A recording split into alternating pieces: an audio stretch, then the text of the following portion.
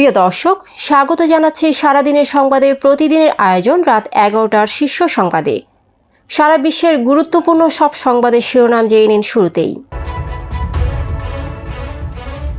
জুলাই আন্দোলনে সেনাবাহিনীকে শান্তিরক্ষা মিশন নিয়ে সতর্ক করেছিল জাতিসংঘ। সিরিয়ায় নিরাপত্তা বাহিনীর সাথে আসাদের অনুগত বাহিনীর সংঘর্ষ, নিহত 41।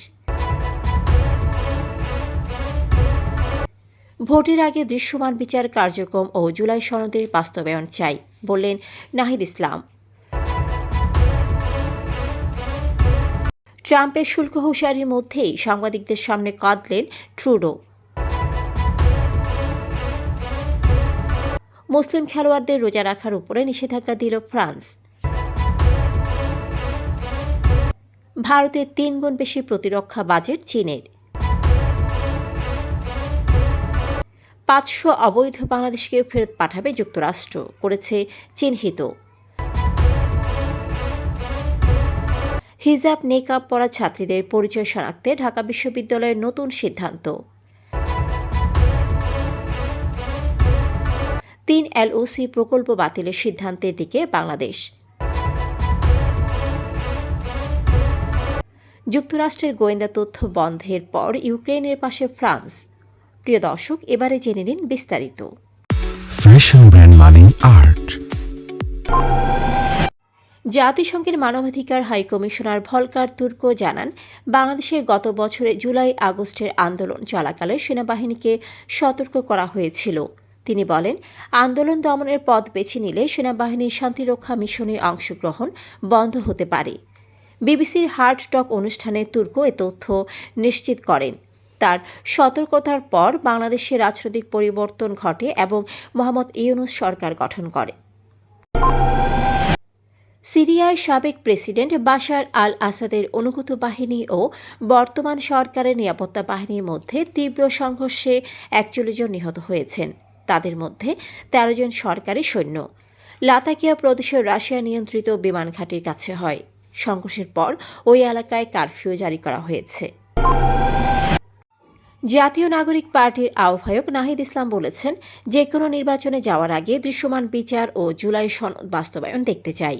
শুক্রবার রাজধানীর বাংলা মোটরের রূপায়ণ টাওয়ারে এনসিপি আয়োজিত সংবাদ সম্মেলনে কথা বলেন তিনি। নাহিদ বলেন, নির্বাচনের জন্য নাগরিক পার্টির প্রস্তুতি রয়েছে। আমরা বলেছি, সংসদ নির্বাচনের পাশাপাশি গণপরিষদ নির্বাচন দেখতে চাই। শুধু নির্বাচনই নাগরিক পার্টির এই মুহূর্তে একমাত্র দাবি নয়। তার আগে আমরা দৃশ্যমান বিচার কার্যক্রম দেখতে চাই। এ সময় বৈষম্য বিরোধী অথবা সমন্বয়ক পরিচয় এখন কোনো অস্তিত্ব নেই বলেও জানান তিনি। কানাডার প্রধানমন্ত্রী জাস্টিন ট্রুডোর মেয়াদ কয়েকদিনের মধ্যে শেষ হচ্ছে এবং তিনি জানুয়ারিতে পদত্যাগের ঘোষণা দিয়েছেন। 9 মার্চ লিবারেল পার্টির নতুন নেতা নির্বাচিত হবেন। বৃহস্পতিবার ট্রুডো 10 বছরের প্রধানমন্ত্রিত্ব নিয়ে কথা বলতে গিয়ে আবেগপ্রবণ হয়ে পড়েন।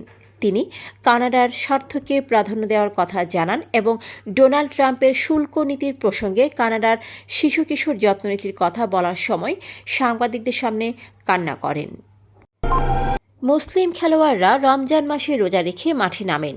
Premier League, FA Cup, Bundesliga ও লা লিগায় মুসলিম খেলোয়াড়দের জন্য 90 সেকেন্ডের ইফতার বিরতি দেওয়া হয়। তবে ফরাসি ফুটবল ফেডারেশন সম্প্রতি মুসলিম খেলোয়াড়দের রোজা রাখার বিষয়ে নিষেধাজ্ঞা জারি করেছে।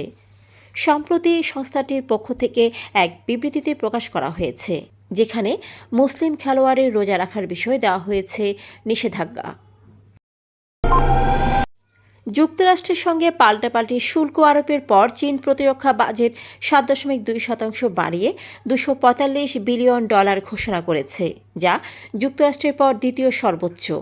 2035 সালের মধ্যে পিপলস লিবারেশন আর্মি পৃথিবী সেরা করার লক্ষ্য জানিয়েছে বেজিং। ভারতের প্রতিরক্ষা বাজেট $79 বিলিয়ন, যা চীনের বাজেটের 3 গুণ। তবে বিশ্লেষকরা জানান, চীনের প্রকৃত সামরিক ব্যয় ঘোষিত বাজেটের 40 থেকে 50% বেশি হতে পারে। ডোনাল্ড ট্রাম্প দ্বিতীয়বার প্রেসিডেন্ট হওয়ার পর তার সরকার অবৈধভাবে যুক্তরাষ্ট্রে অবস্থানরত বিভিন্ন দেশের নাগরিকদের ফেরত পাঠাতে শুরু করেছে, যার মধ্যে বাংলাদেশিরাও রয়েছে। কূটনৈতিক সূত্রের মতে যুক্তরাষ্ট্রের বৈধ কাগজপত্র ছাড়া থাকা 400 থেকে 500 বাংলাদেশিকে চিহ্নিত করা হয়েছে এবং আইনি সুরক্ষা না পেলে তাদের দেশে ফিরিয়ে আনা হতে পারে। ঢাকা বিশ্ববিদ্যালয় হিজাব ও নিকাব পরা ছাত্রীদের পরিচয় শনাক্তকরণের জন্য নতুন সিদ্ধান্ত নিয়েছে। ডিনস কমিটির সভায় এই সিদ্ধান্ত নেওয়া হয়, যেখানে নারী সহকারী প্রক্টরের সহযোগিতায় পরিচয় শনাক্তকরণ করা হবে। বায়োমেট্রিক সিস্টেম চালুর সম্ভাবনা যাচাই করা হবে এবং এটি নারী শিক্ষক, কর্মকর্তা ও কর্মচারীদের মাধ্যমে সম্পন্ন হবে, যাতে ব্যক্তিগত স্বাধীনতা ও গোপনীয়তা রক্ষা করা হয়। ভারতীয় লাইন অফ ক্রেডিট আওতায় কিছু প্রকল্প দীর্ঘ সময় ধরে অনিশ্চয়তার মুখে রয়েছে, যার ফলে নির্মাণ ব্যয় প্রায় দ্বিগুণ হয়ে গেছে। এই পরিস্থিতিতে সরকার অন্তত 3টি প্রকল্প বাদ দিতে চায়, যার মধ্যে বগুড়া সিরাজগঞ্জ ডুয়েল গেজ রেলপথ নির্মাণ প্রকল্প উল্লেখযোগ্য। প্রকল্পটির মেয়াদ গত বছর জুনে শেষ হলেও কাজ শুরু হয়নি। এর ব্যয় 5,579 কোটি টাকা, যার মধ্যে 3,146 কোটি টাকা ভারতীয় এলওসি থেকে আসবে এবং বাকি টাকা সরকার সরবরাহ করবে। ভারতীয় হাইকমিশনে চিঠি পাঠানো হলেও এখনও কোনো জবাব পাওয়া যায়নি। যুক্তরাষ্ট্র ইউক্রেনের সঙ্গে গোয়েন্দা তথ্য বিনিময় বন্ধ করার পর ফ্রান্স দেশটির পাশে দাঁড়িয়ে সামরিক গোয়েন্দা তথ্য সরবরাহ করছে।